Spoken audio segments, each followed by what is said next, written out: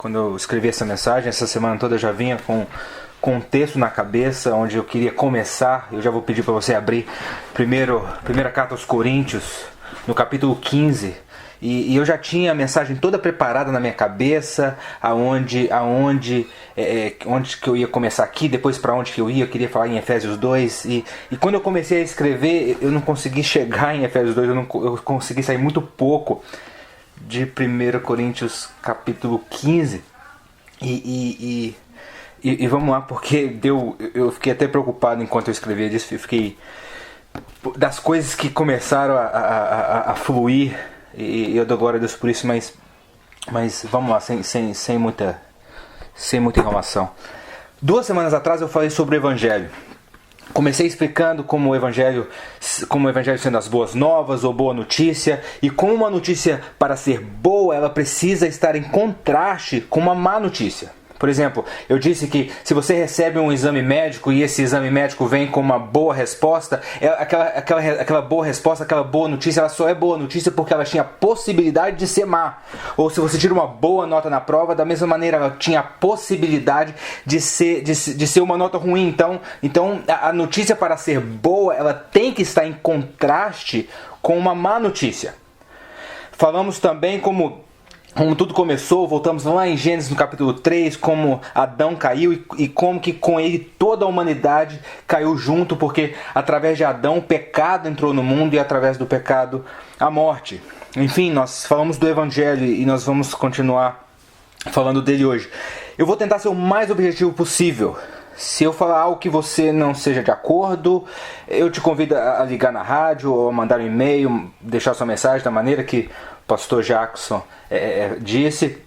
Eu estou começando um blog, que na verdade eu estou transformando um blog, www.foconoevangelho.com.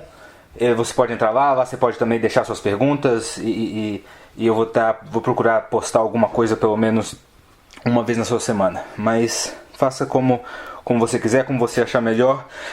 Mas eu prometo que eu vou fazer o possível para tentar me comportar do lado de cá.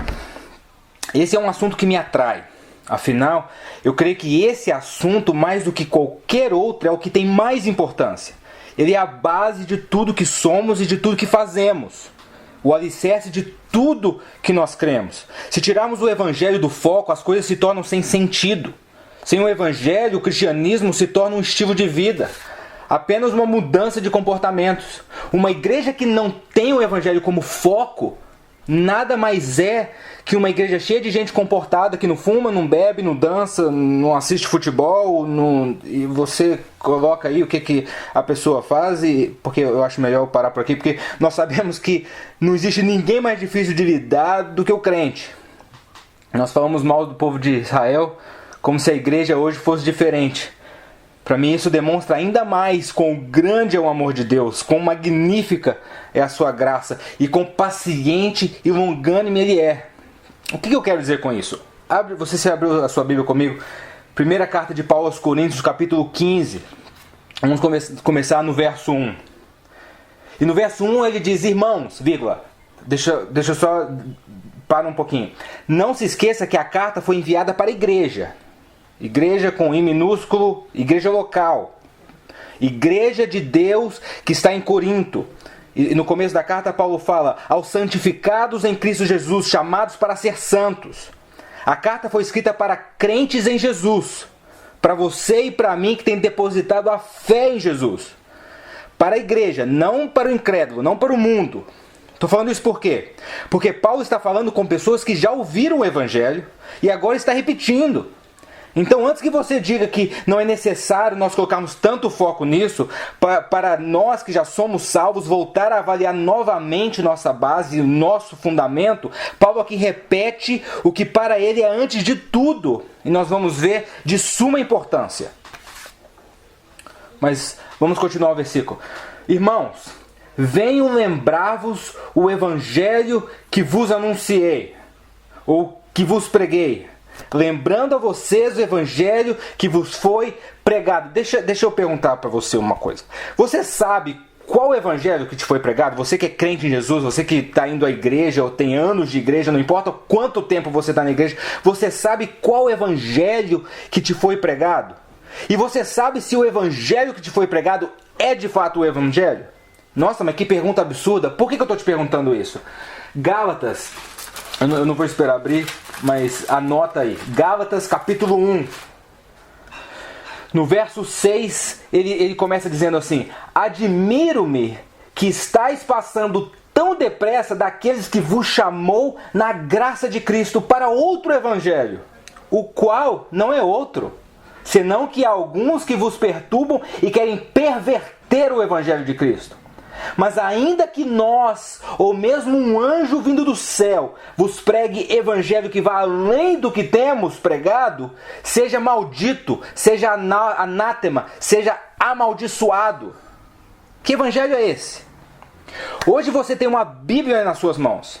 Se você não sabe, existem pessoas que morreram, deram a própria vida para que isso acontecesse, para que você hoje tivesse um exemplar da palavra de Deus, que revela o caráter e a natureza de Deus, que revela a sua condição como de pecador, de blasfemador, e qual a resposta de Deus diante de tudo isso. Isso, de uma certa forma, coloca em você a responsabilidade de si mesmo diante de Deus, pois cada um vai ter que dar conta de si mesmo. Então você tem aí a sua Bíblia para você buscar, para você ler, para você pesquisar, para você meditar e conhecer o Deus vivo. Então essa responsabilidade pesa sobre você. Agora deixa eu perguntar para você que prega ou ensina a palavra de Deus. Parênteses aqui, tá? Só um bônus na mensagem. O que você tem ministrado ao povo de Deus? Porque esse povo não é seu, ele é de Deus. E se você está adicionando ao evangelho, açucarando o evangelho para que seja mais fácil de engolir e de digerir, você está sendo amaldiçoado. Já me disseram que se alguém pregar o evangelho da maneira que a Bíblia o apresenta, realmente me disseram isso. Se alguém pregar a Bíblia, o evangelho, como a Bíblia o apresenta, as pessoas não vão se converter. Ainda mais nos dias de hoje. Agora, eu tenho problemas com isso. Por quê? Porque estamos insinuando que Deus falhou, pois enviou uma mensagem onde nós teríamos que alterá-la para que ela fosse eficiente. Quer outro problema que se encaixa nesse primeiro? Eu não fui chamado para converter ninguém. Porque quem convence o homem do pecado, da justiça e do juízo é o Espírito Santo de Deus e não a minha mensagem bem preparada. Não a minha eloquência, não a minha habilidade de mover com o texto. Porque não é por força nem por violência, mas pelo meu Espírito, diz o Senhor. Meu chamado é pregar a palavra de Deus, sendo fiel às Escrituras. Então, meus amados, pregue a palavra de Deus, pregue o Evangelho, pois ele é o poder de Deus para a salvação de todo aquele que nele crê. E a fé vem pelo ouvir. E o ouvir pela palavra de Deus, é pela palavra de Deus, não pelas minhas ideias, não pela maneira que eu acho que deve ser. A salvação pertence ao Senhor, dele vem a salvação, não de nós. Então, meu irmão, seja fiel ao texto sagrado. Sabe, às vezes eu me vejo em meio a um dilema, pois no meu coração o desejo de pregar a palavra de Deus na sua essência, e ao mesmo tempo a minha carne quer ser admirada, quer ser aprovada pelos meus ouvintes. Posso ser honesto aqui? Eu posso abrir o meu coração? Posso ser transparente? Porque eu também sou falho. Quem não gosta de ser bem visto? Quem não gosta de receber elogios? Só que aí eu me deparo com o verso 10 desse capítulo 1 de Gálatas, que diz assim: porventura procuro eu, Paulo dizendo, porventura procuro eu agora favor dos homens ou o de Deus? Ou procuro agradar a homens? Se agradasse ainda a homens, não seria servo de Cristo. Ou eu sou servo de Cristo, ou eu vivo para agradar os homens. Ou busco a aprovação dos homens, ou busco a aprovação de Deus. Então existe esse dilema. Mas vamos continuar, capítulo 15 de 1 Coríntios, continuar o versículo. E ele diz assim: irmãos, venho-vos lembrar do evangelho que vos anunciei, o qual recebeste, e no qual ainda perseverais. O evangelho que receberam. Você recebeu o que te foi pregado. Seja lá o que foi pregado, você recebeu. O problema é que se você recebeu um evangelho barato e falso, nós vamos ver no próximo versículo. E porque ele ainda diz assim, no quais ainda perseverais, ou no quais ainda estão firmes. Você está firme em que evangelho? Está vendo como vem lá de cima? O evangelho pregado, o evangelho recebido, o evangelho onde você persevera nele, onde você se firma nele. Essa é um motivo por qual esse evangelho tem que ser puro, tem que ser limpo, tem que ser o evangelho pleno. Verso 2. Eu não estou bravo, tá? Só um pouquinho. Por ele também sois salvos. Pelo evangelho também sois salvos. Se retiverdes a palavra tal como vos preguei. A menos que tenhais crido em vão. É o evangelho que salva. Lembra que eu citei Romanos 1,16? O evangelho é o poder de Deus para a salvação de todo aquele que nele crê. Agora Paulo está dizendo, desde que você creia e se apegue a ele. Ele é poder para a salvação. É através dele que você é salvo. Não somente um crer intelectual, não é somente entender com a mente, mas realmente se apegar a ele. Caso contrário, você creu em vão. Porque se você não se apegar ao evangelho, o resto não interessa, não faz diferença, não transforma. E você se torna só mais um religioso entre muitos. E se o evangelho de Cristo não está no centro da sua vida, não está trazendo transformação interior, se sua fome e desejo de conhecer mais a Deus não está aumentando, a igreja para você não passa de um hobby, de um estilo de vida, onde você se sente melhor que os outros, pois está sempre se comparando com alguém que tem a vida moralmente pior do que a sua. Mas se você se apegou ao evangelho e tem a convicção que ele te transforma de dentro para fora, e que se não fosse ele, você jamais seria sido feito santo diante de Deus, você não levanta o nariz, não cresce em soberba, pois você sabe que não depende de você, depende de Deus que tem misericórdia da sua vida.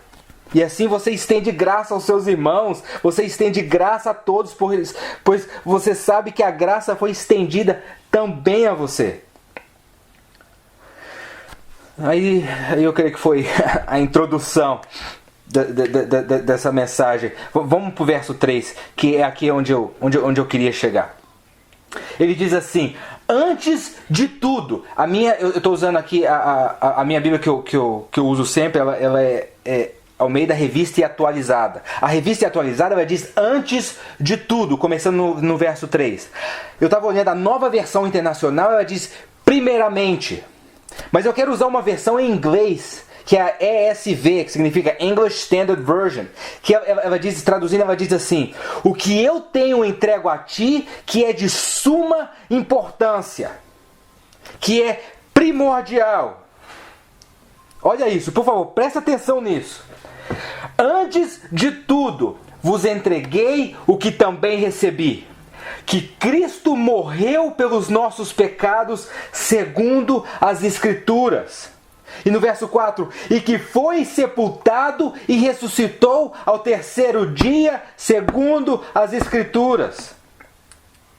Presta atenção, Cristo morreu pelos nossos pecados. Ele foi sepultado e ressuscitou. Isso faz toda a diferença.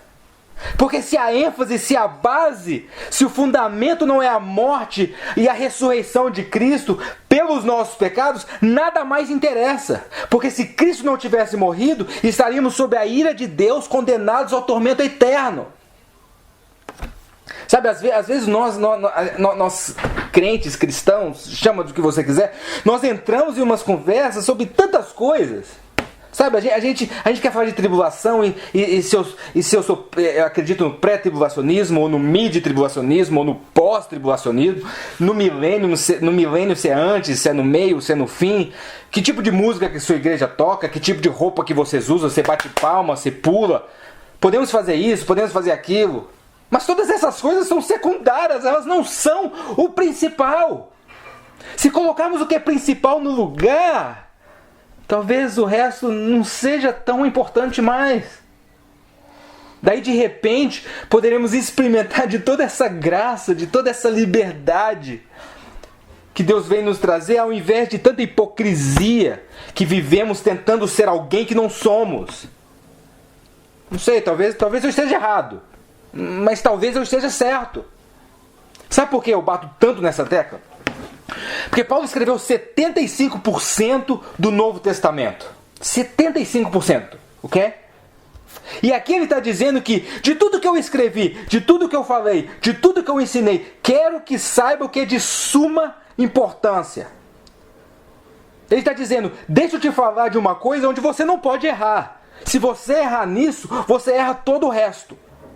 Pois mesmo se as outras coisas você fazer certo, você irá errar na maneira e na motivação na qual você faz todas essas outras coisas.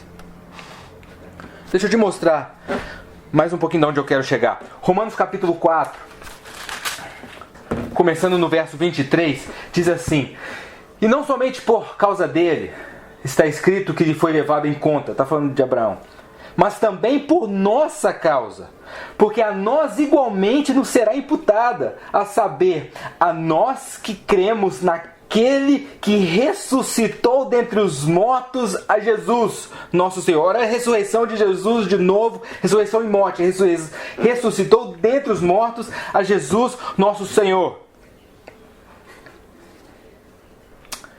Olha o verso 25. O qual foi entregue por causa das nossas transgressões e ressuscitou por causa da nossa, o quê? Justificação. O qual foi entregue por causa das nossas transgressões. Jesus morreu na cruz pelos nossos pecados. Mas a próxima linha diz, e ressuscitou por causa da nossa justificação. Isso quer dizer, oh meu Deus, que na ressurreição de Cristo nós encontramos a evidência de que toda a ira de Deus contra os homens foi absorvida em Cristo. Não vai mais haver outro Jesus. Hebreus capítulo 9 nos diz que não existe mais a necessidade de outro sacrifício. Jesus disse na cruz, está consumado. Cristo ressuscitado é onde encontramos a nossa justificação diante de Deus. É onde nós somos aceitos por Deus. Presta atenção. Não é fazendo mais, nem se esforçando mais. Não é indo para a igreja mais. Não é deixando de fazer uma série de coisas. Eu poderia te dar uma lista imensa do que dizem que devemos e não fazer. Mas você não está firme diante de Deus por causa de nenhuma obra. Você se encontra justo diante do Deus Todo-Poderoso por causa da graça de Deus. Justificado por causa da ressurreição de Jesus Cristo. E é isso que temos que entender. Sabe, tem pessoas que pensam que eu sou amargurado com a igreja. Eu não sou amargurado com a igreja, eu sou pastor. Eu não sou amargurado com a igreja, mas eu acho que nós perdemos o foco e nós entregamos a toda essa conversa de moralidade, as pessoas se conformando com o código moral. Mas se você não conhece Jesus, que diferença faz? É a ressurreição de Cristo que nos justifica. E por isso é tão importante. Porque isso prova que toda a ira de Deus foi satisfeita em Jesus. Então para os eleitos não existe mais ira de Deus. Então, através do sacrifício de Jesus, Deus olha para você e diz, meu filho, minha filha, perfeito, santo, sem mácula, sem ruga. Abre comigo, se der tempo, Romanos capítulo 8. Se não quiser abrir, não tem problema, porque eu vou correr um pouco. Porque eu quero passar isso para você. Eu não posso enrolar. Romanos capítulo 8, a partir do verso 33. Diz, quem intentará acusação contra os eleitos de Deus? É Deus quem os justifica. Olha esse verso. Eu poderia pregar aqui o mês inteiro nesse verso. Quem intentará acusação contra os eleitos de Deus? Quando não é o comportamento deles que os justifica, e sim o próprio Deus. Quem os condenará? É Cristo Jesus quem morreu, ou antes quem ressuscitou, o qual está à direita de Deus e também intercede por nós. Quem nos separará do amor de Cristo? Será tribulação, ou angústia, ou perseguição, ou fome, ou nudez, ou perigo, ou espada? Como está escrito, por amor de ti somos entregues à morte o dia todo. Fomos considerados como ovelhas para o matadouro. Mas olha o 37. Em todas estas coisas, porém, somos mais que vencedores por meio daquele que nos amou. Porque eu estou bem certo de que nem a morte, nem a vida, nem os anjos, nem os principados, nem as coisas do presente, nem do porvir, nem os poderes, nem a altura, nem a profundidade. E eu amo quando Paulo faz isso, porque vai que eu esqueci de colocar alguma coisa na lista. No final ele diz, nem qualquer outra criatura poderá separar-nos do amor de Deus que está em Cristo Jesus, nosso Senhor. Agora o texto aqui nos diz que por causa da morte e ressurreição de Jesus não há mais condenação. Para os que estão em Cristo não há mais condenação e nada pode nos separar do amor de Deus. Eu amo isso. Isso traz liberdade em Deus. E eu vou te dizer uma coisa, eu tenho para mim que mentiram demais para mim na igreja. Porque me venderam uma ideia de perfeição que deveria ocorrer logo após eu orasse a oração do pecador e fosse batizado. E eu repeti a oração e fui batizado. E eu estava amando o Senhor. Mas o que você faz quando você está amando o Senhor, mas ainda tem um pecado ou outro que ainda te assombra? É difícil falar isso na igreja, onde todo mundo parece tão perfeito e santo, não é? Pois parece que o resto das pessoas, depois que se batizaram, se tornaram santos e vivem diariamente na Shekinah de Deus. Mas o que acontece quando você está buscando a Deus e ainda tem uns problemas pessoais que você não consegue resolver? A impressão que dá é que Jesus funciona para todos, menos para mim. Então, para onde eu devo ir? Porque esse negócio de Jesus não funciona para mim. Mas eu dou graças a Deus por Romanos 8. E Jesus diz, não. Nós vamos passar por isso. Mas eu não vou largar mão de você. Nós vamos chegar lá. Porque eu comecei, eu vou terminar. Eu comecei essa obra e eu serei fiel para terminar. Não desista. Continue andando, continue buscando, continue confessando. Mas não desiste, eu vou te curar. Eu não vou abrir mão de você. Ninguém pode te condenar, eu não te condeno. E se eu não te condeno, ninguém pode. Quem tentará acusação contra você? Você é meu. Em que fórum, em que corte poderiam te acusar? Tudo é meu. Ele está falando dessas vozes dentro de você que está sempre te acusando, dizendo como você pode amar Jesus e Jesus te amar com todos esses seus problemas, com todos esses seus defeitos, que você não consegue se libertar, que você não consegue resolver. Jamais que Jesus te amaria assim. Ou jamais que você teria capacidade de amar Jesus. Deus está dizendo, para de ouvir essas vozes. Quem tentará acusação contra os eleitos de Deus? É Deus quem os justifica.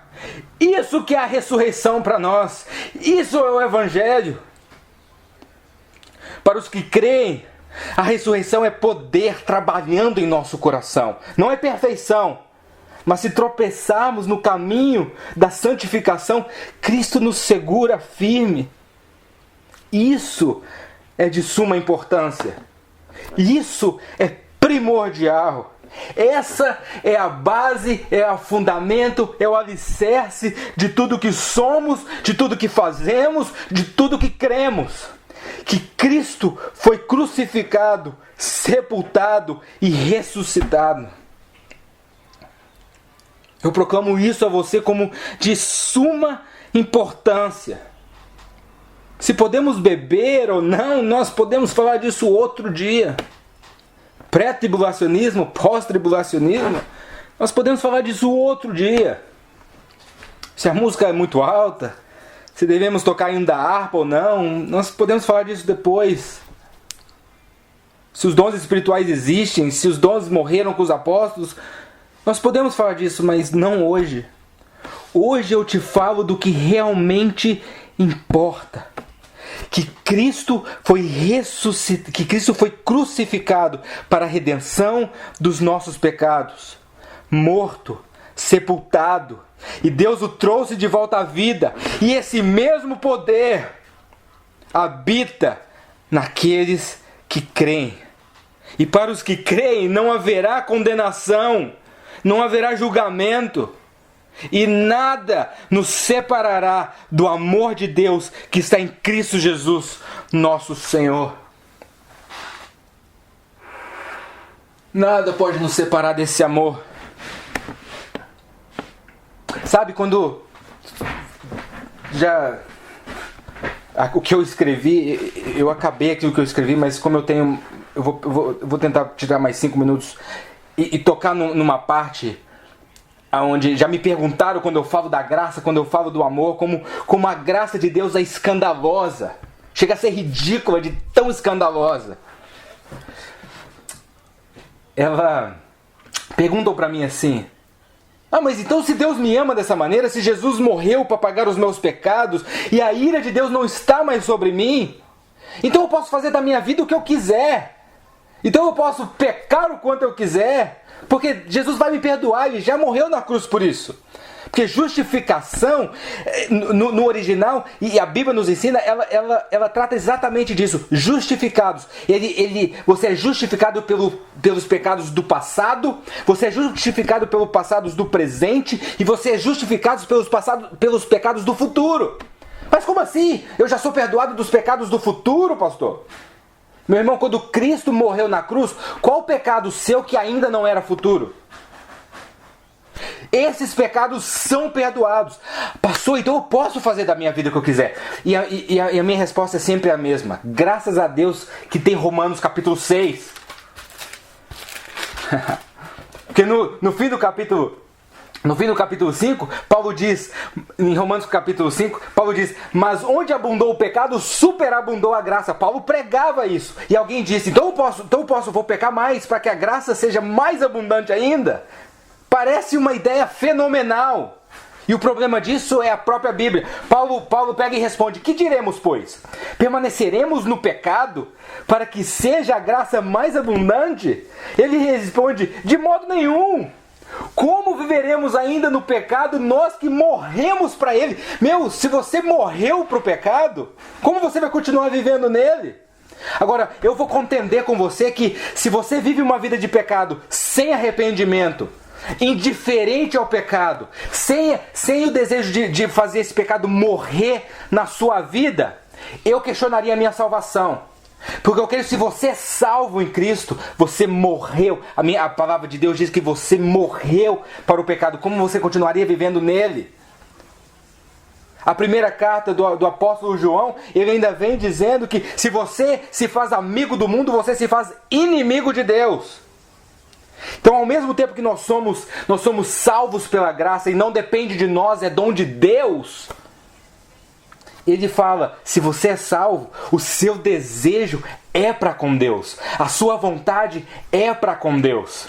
O seu desejo é de se parecer mais com Jesus, é de submeter mais a sua vida ao Espírito Santo de Deus, para que você pareça mais com Ele. A fome por Deus é aguçada, a sede por Deus é aumentada, e nós temos uma vontade de conhecer a Deus. Isso é uma pessoa salva, que ela tem desejo de se entregar para aquele que pagou pela vida dela. Como Paulo disse: eu tenho todas as coisas como perda para que eu ganhe a Cristo. O apóstolo Paulo estava falando para que eu ganhe a Cristo, ele estava falando presente, ele não estava falando que eu ganhei a Cristo. Presente, para que eu ganhe a Cristo. Agora, posso contender com você que Paulo já tinha ganho Cristo? Posso contender com você que Paulo conhecia a Cristo? E ele disse que eu tenho tudo como excremento, como esterco, para o pleno conhecimento de Cristo. Tudo que eu tenho, tudo que eu sou não vale nada para que eu venha a conhecer a Cristo, diante do conhecimento de Cristo. Agora, posso afirmar também que Paulo era mais santo do que você e eu. Não sei se você tem alguma dúvida disso ainda. Porque Paulo, você está lendo a Bíblia, Paulo escreveu a Bíblia. Se você ainda tem dúvida, a próxima vez que você enxugar o seu rosto, o suor do seu rosto com um lencinho, esse lencinho vai curar alguém? Porque o de Paulo curava. Então nós temos que compreender que Paulo era um pouco mais santo do que a gente. E ele está falando que eu tenho tudo por perda para que eu ganhe a Cristo. Eu tenho tudo como excremento, como esterco, para que eu me coloque na posição de conhecer mais de Jesus. Isso é ser salvo, isso é se colocar debaixo da cascata, da cachoeira da graça de Deus e nos submeter a Ele. Amém? Pai, em nome de Jesus, eu agradeço o Senhor por esta mensagem, eu agradeço o Senhor pela graça que nos foi dada, eu agradeço o Senhor pela fé para que nós pudéssemos crer nessa graça, porque até a fé que nós temos para crer em Ti vem do Senhor, porque a Tua palavra diz que isso não vem de vós, é dom de Deus, é um presente de Deus, dado por misericórdia, por graça. E eu te agradeço, Deus, por nos colocar debaixo das Tuas asas, nos colocar debaixo da Tua graça. Eu agradeço por Jesus na cruz, pelo sangue que foi aqui derramado para pagar o meu pecado, para pagar os nossos pecados. E eu agradeço que no terceiro dia o Senhor ressurgiu e confirmou aquele está consumado da cruz. Pai, que a nossa vida seja diariamente submetida ao Senhor. Que a nossa vida seja constantemente diante do Senhor, que o Espírito Santo trabalhando em nós, Deus venha a cada dia mais nos santificar para que nós nos parecemos, para que nós ficamos mais semelhantes ao Seu Filho Jesus. Obrigado por cada ouvinte, que a Tua palavra encontre pouso nos corações, que o Senhor ilumine os olhos dos corações, dos nossos corações, para vermos a grandeza da Tua graça, a Tua grandeza. E que essa semente venha dar fruto, Deus. Fruto para o reino de Deus. Frutos que permaneçam. Em nome de Jesus. Amém. Amém, pastor.